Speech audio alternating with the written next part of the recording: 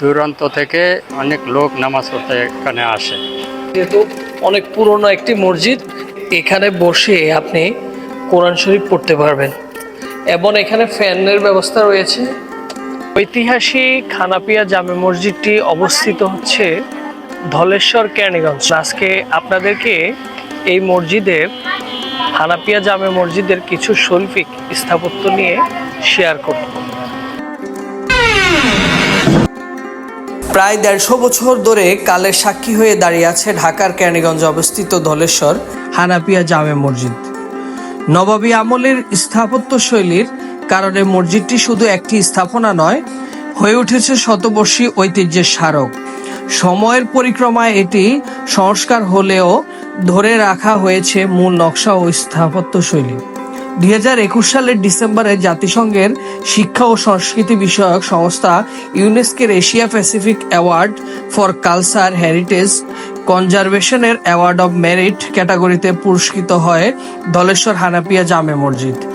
এর দৃষ্টিনন্দন স্থাপত্য দেখার জন্য দেশের বিভিন্ন প্রান্ত থেকে প্রতিদিনই নানা শ্রেণী পেশার মানুষ আগমন ঘটে।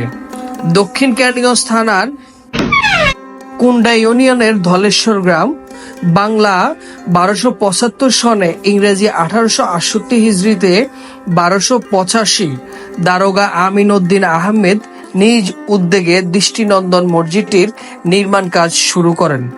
জনশ্রুতি রয়েছে দারোগা আমিন উদ্দিন আহমেদ এই মসজিদের একবারে সর্বপ্রথম এই এক গম্বুজ মসজিদ করছে। এই সময় এই এলাকায় এডুক ভরার মতনই লোক ছিল না। এরপর আবার এর পরের গম্বুজ করছে, এরপর বারিন্দা, এরপর এইটা সংকলন হয় না বিদায় আবার মসজিদ আরেকটা করছে। মসজিদটির নির্মাণের প্রথম উদ্যোক্তা হওয়ায় এটি দারোগা মসজিদ নামে পরিচিতি ছিল।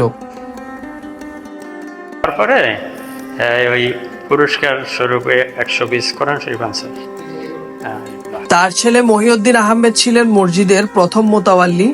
মহিউদ্দিন আহমেদ, তমিজউদ্দিন আহমেদ, করিমউদ্দিন আহমেদ, খিদির বক্স মিয়া ও আব্দুল গফুর রহমান আহমদ মসজিদের জন্য জমি ওয়াকফ করেন। বিষয় হচ্ছে এখানে বসে আপনি কোরআন শরীফ পড়তে পারবেন এবং এখানে ফ্যানের ব্যবস্থা রয়েছে। আপনার ঠিক এইভাবে আমি আপনাদেরকে দেখাচ্ছি প্র্যাকটিক্যালি, এভাবে বসে এখানে কোরআন শরীফটি রেখে এইভাবে আপনি পড়তে পারবেন চাইলে, খুব সুন্দরই। হ্যাঁ, এখানে ফ্যানের ব্যবস্থা রয়েছে, ফ্যান ছাড়তে পারবেন। চাইলে আপনি ফ্যান না ছেড়েও যে ওয়েদার, যে নাতিশীতোষ্ণ ভিতরে, আসলে যেহেতু অনেক পুরনো একটি মসজিদ এবং এর ওয়ালটা অনেক মোটা, সেজন্যে রুমের ভিতরগুলোতে আপনার এমনি নাতিশীতোষ্ণ থাকে। অটোমেটিক ঠান্ডা, ফ্যান ছাড়তে হয় না। পূর্ণ সংস্কারের কাজ শুরু করেন। 2018 সালে সংস্কারের শেষ হয়। পুরনো মসজিদের পাশে নির্মাণ করা হয় নতুন আরেকটি মসজিদ। পুরনো মসজিদটি এখনো গ্রন্থাগার ও মক্তব হিসেবে ব্যবহৃত হয়ে আসছে।